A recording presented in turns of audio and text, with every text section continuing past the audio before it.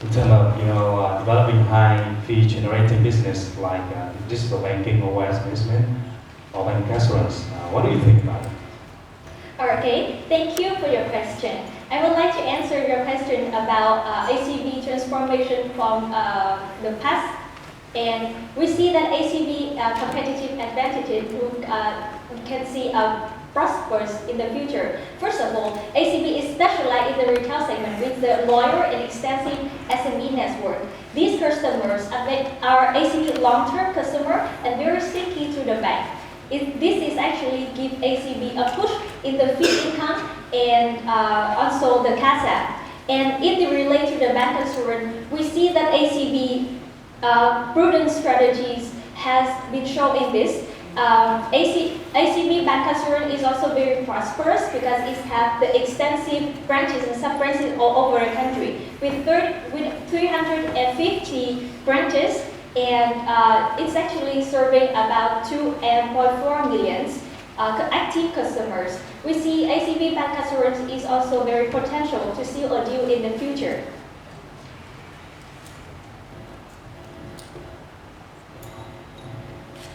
So how does the competition landscape look like when the state-owned banks also focus on retail lending?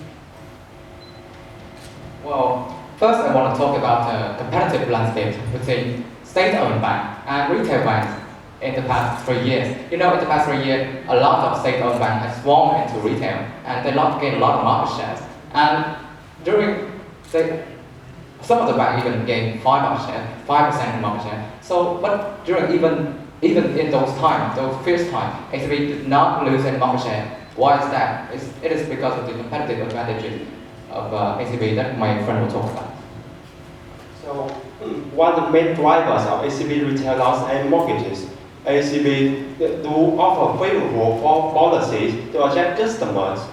For example, it's the only bank in the industry that incorporates early payments, in which it allows 600 million VND of early payment, while the number of second banks is only 240 million VND.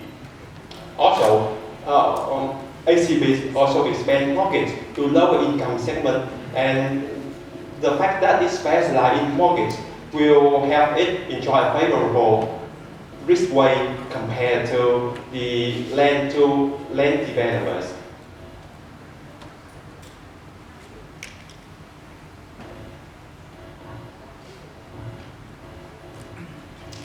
You say that one of the 3 points for ACB is steep earnings cycle upturn.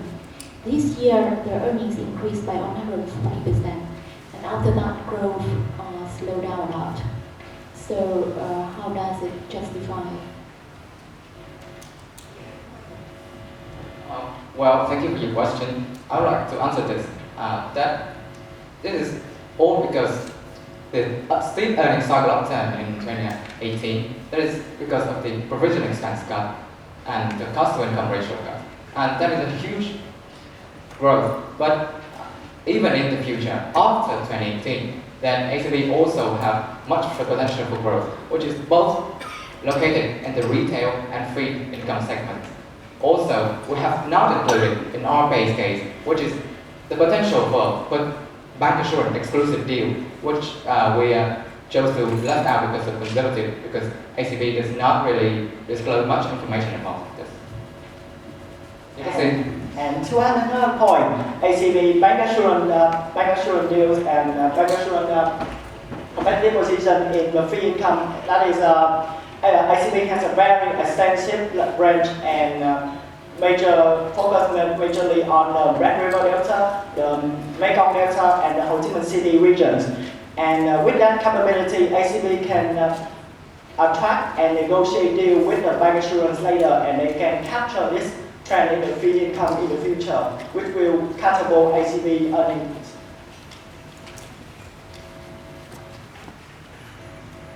I have another question on the loan appraisal process. So, if the loans from ACB are secured by property, so do you know what is the LTV and how ACB decide the asset price? So, thank you for your questions. And as we believe a lot of ACBs are secure high collaterals, and as the board management confirmed with us that there is a department in ACBs which will separately set the collateral, and for other banks they only take 3 working days to assess a quality, but due to prudent strategy of ACB, they usually take 5 working days to assess the collateral to ensure that the collateral is up to their standard in lending. And another factor that proves ACB very prudent in lending strategies is that when it's approved a mortgage project, it should be more than 90% completion. So that is a very safe lending strategies. And about the assets approving process, as I have been researched that ACB has a very nimble process as well. It's approved the digital signature in order to facilitate this process. I have a follow-up question to the fee income assumptions that you made. It seems like in your valuation, fee income growth is a very major part of your overall growth assumptions, whereas rising from less than 20% of total income to more than almost 40%, from 4.2 to 6 billion RMB. So what are the key success factors that you think will make the assumption come true? You already mentioned a little bit about the bank assurance fund, but as mentioned by my colleague, with increasing competition coming from both state-owned banks as well as private banks, how is ACB going to achieve the assumptions? Well, we would like to confirm our forecast that the percentage of fee income in total operating expense is going to be to reach the regional level of 18%. So in order to reach that, for ACB will have to increase in fee and also a potential for bancassurance deal. If a bancassurance deal is signed, exclusively signed, then we will forecast a 1 trillion Vietnam dong upfront fee, and also on top of that is further fee income growth. And for the competition from state-owned bank, I have been mentioned that state-owned bank were very fierce competitors, but now in 2018, then there are many of the state-owned banks are very serious issues for qualifying for Basel II card. So even during the last 3 years, then ACB didn't lose any market share. So now competition pressure should be much lower.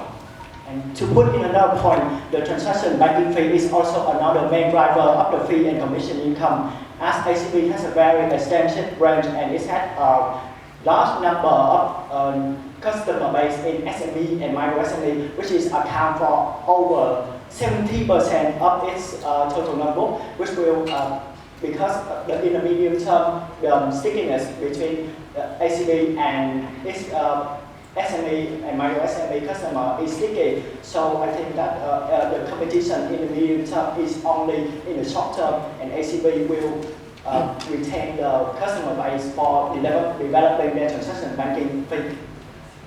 So yeah, but I've just got a counterpoint to what you raised about the fact that state-owned banks are struggling with their car. The reason why a lot of banks do try to increase their fee-based income is precisely because they want to control their car.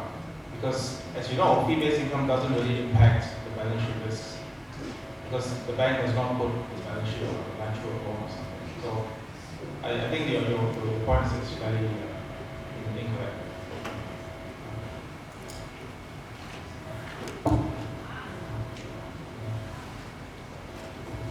I have a question on the valuation issue. In your valuation part, you get the target PB for SB 2 for your time, right? And you say that it's lower than peer median 2.3. And I look at in your peer group, you include the VCB in your peer group, and I think that's the reason why you inflate the peer median. Can you justify why you include the outlier of VCB in this peer group? Well, as you can see, our peer group does not only consist of domestic peer, also consists of emerging market pairs, and some of those markets.